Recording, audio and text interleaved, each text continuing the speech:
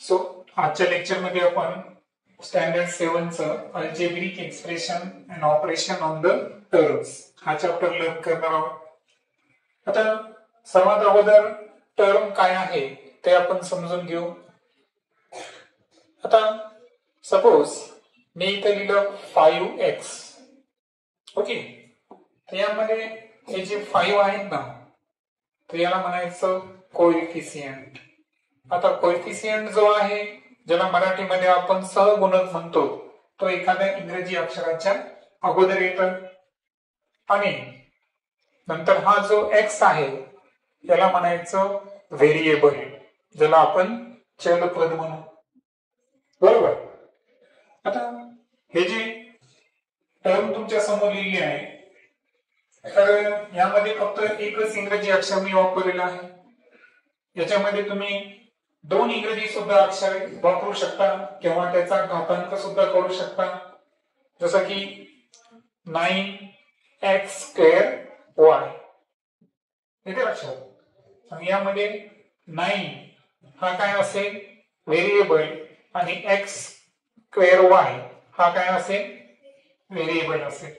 So कोणत्याही term मध्ये coefficient आणि व्हेरिएबल हे आयडेंटिफाय करणं फार सोपं असतं. जसं की एक्झाम्पल म्हणून आपण काय करू, इथे एक चार्ट तयार करू छोटासा. या चार्टचे 3 कप्पे करू आपण. पहिल्यामध्ये आपण वाटल्यास टर्म घेऊ, दुसऱ्यामध्ये काय घेणार कोएफिशियंट, आणि तिसऱ्यामध्ये आपण काय घेणार व्हेरिएबल. ओके. आता सपोज आताच एक एक्झाम्पल घेतलं आपण 2x. तर यामध्ये कोएफिशियंट कोण आहे 2 आणि व्हेरिएबल आहे x.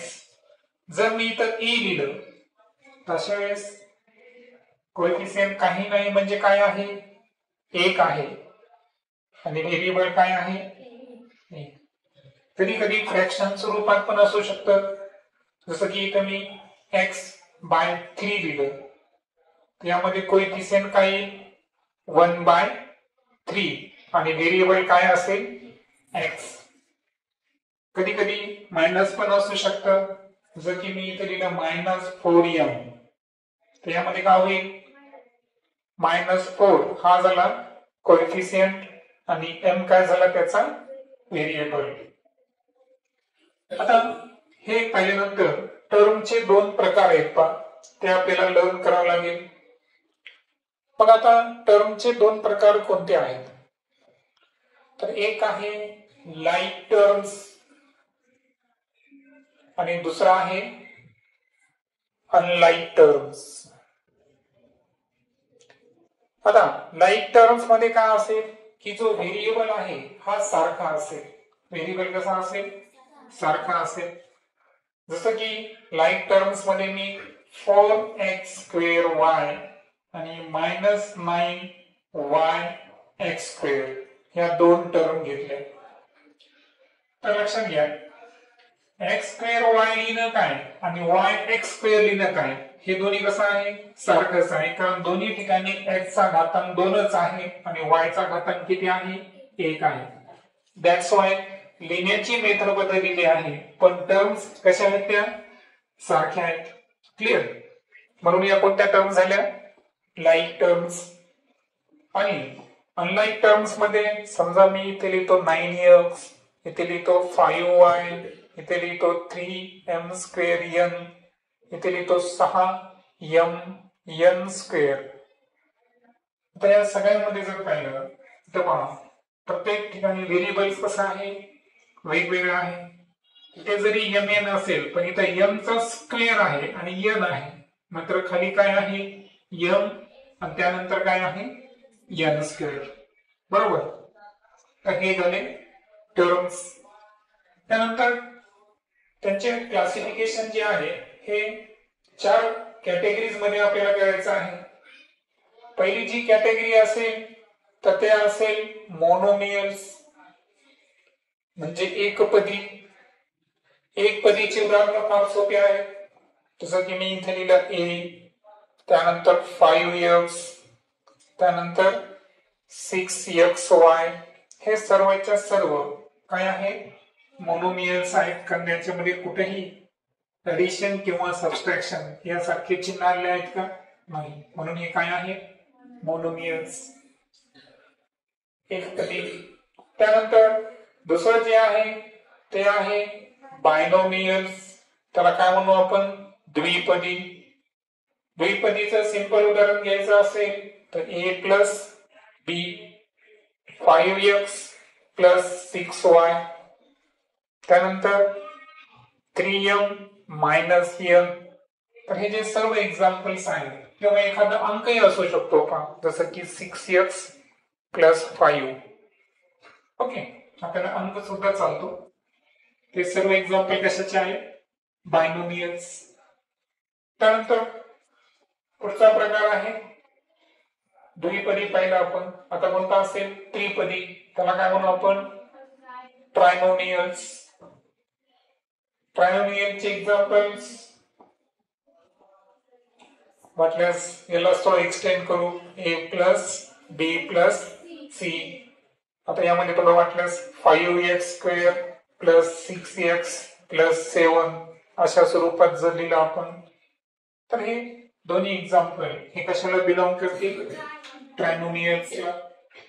आणि 3 पेक्षा जास्त जर पद असतील, है ना, 3 पेक्षा जास्त, मग किती असू द्या, तर त्यासाठी काय आहे शब्द, पॉलिनोमियल्स,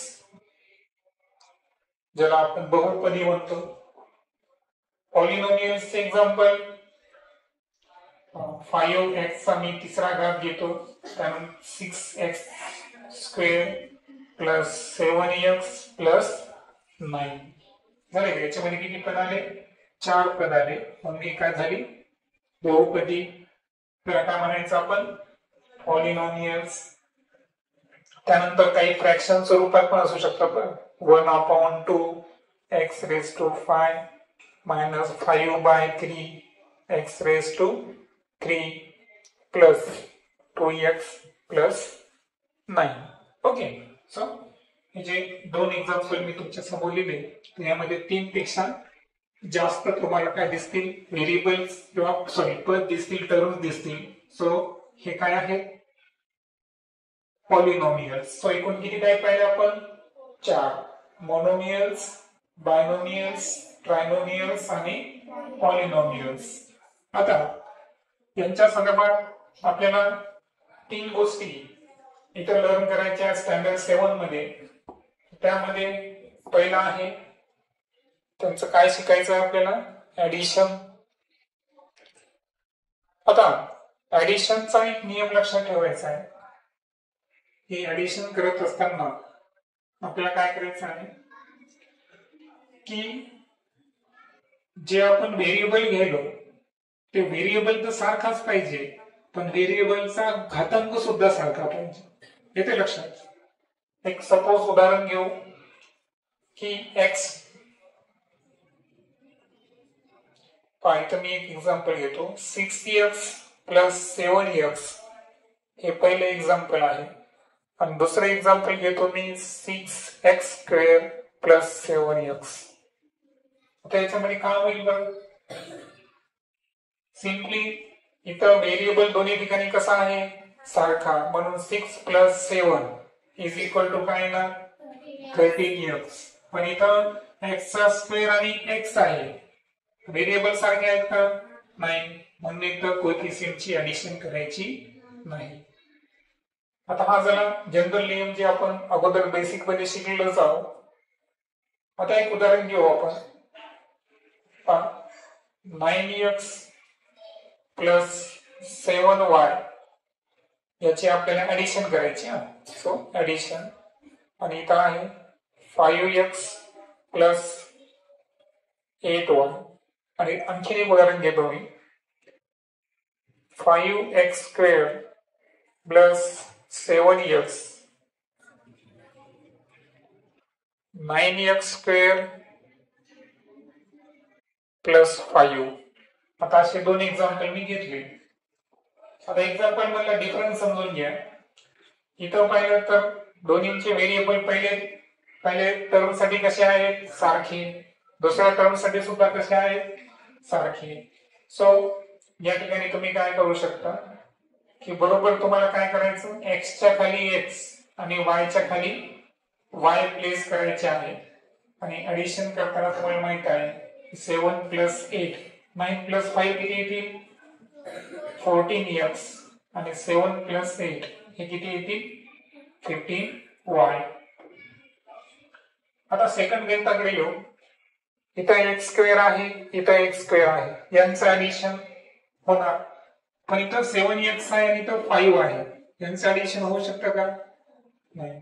मग यांचं ऍडिशन कसं करायचं तर पहा 5x² + 7x त्यानंतर बरोबर त्याच्या खाली तेच आलं पाहिजे 9x². आता याच्या खाली इकडे x पण आहे का नाही, म्हणून काय करायचं थोडी जागा सोडायची आणि समोर +5 लिहायचं. हे लक्षात म्हणजे x च्या खाली x, x वर्गाच्या खाली x वर्ग असं झालं पाहिजे, अंकाच्या खाली अंकच आला पाहिजे. नसेल तर तिथं तुम्ही एम्प्टी स्पेस सोडून द्यायचं. मग हे एम्प्टी स्पेस सोडल्यावर ऍडिशन सांगा 14x² प्लस किती 7x + 5. तर अशा पद्धतीची त्याची काय होईल ऍडिशन होईल. लक्षात आलं. म्हणजे ऍडिशन करताना तुम्हाला काय करायचं आहे फक्त ज्या लाईक टर्म्स आहेत त्यांनाच काय करायचं एकमेकांमध्ये ऍड किंवा सबट्रॅक्ट करायचं आहे. परंतु अनलाईक टर्म्स असतील तर त्यांची ऍडिशन होईल का त्यांची ऍडिशन होणार नाही. ऍडिशनचा नियम इथं लक्षात ठेवायचा.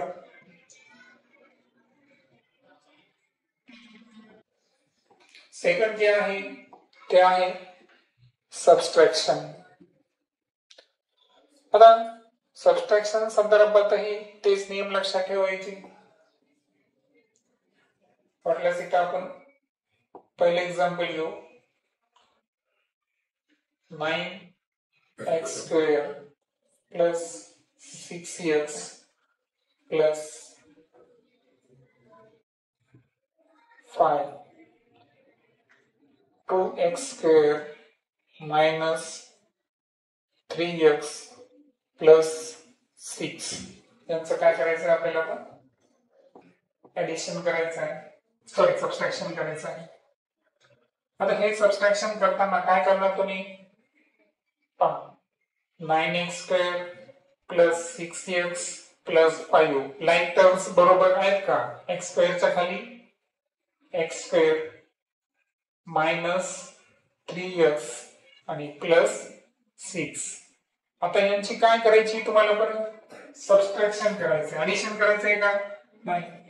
तर सबट्रॅक्शन करताना काय करायचंय तुम्हाला की जे दुसऱ्या नंबरचं जी तुमचं बैजिक राशी आहे किंवा त्याला आपण काय म्हणू बहुपदी म्हणू त्रिपदी म्हणू जे असेल ते त्या सर्वांचे तुम्हाला काय करायचे आहे साइन चेंज करायची प्रत्येकाचं. बरोबर. मग आता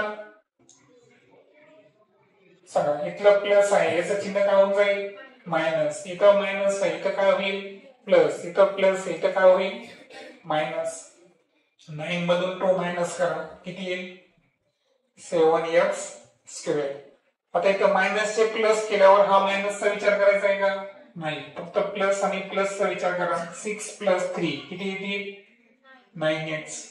आता इथे एक प्लस आहे एक मायनस आहे, एक प्लस आणि एक मायनस असल्यावर आपण ऍडिशन करतो का नाही. नेहमी काय करतो सबट्रॅक्शन चिन्ह मोठ्या संख्येचं वापरायचं. सो -6 + 5 किती येईल -1. येते लक्षात. त्यानंतर सेम मेथड आणखीन एक गणित घेऊ आपण 5x² y + 6xy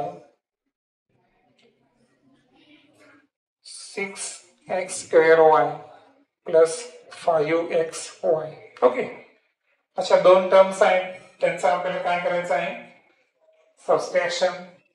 पहिली टर्म सांगा 5x² y + 6xy दुसरी टर्म 6x² प्लस 5xy. सबस्ट्रॅक्शनचा नियम काय सांगितला? सर्वांच्या मध्ये कॉमन सबस्ट्रॅक्शन लिहा, पण प्रत्येकाचे काय बदलायचे? साइन चेंज करायचे. सो 5 मधून -6 गेल्यावर किती राहतं? -1. आता मला सांगा x²y जे आहे याला जर आपण ऍज इट इज लिहिलं तर इथं काय नाही म्हणजे काय आहे?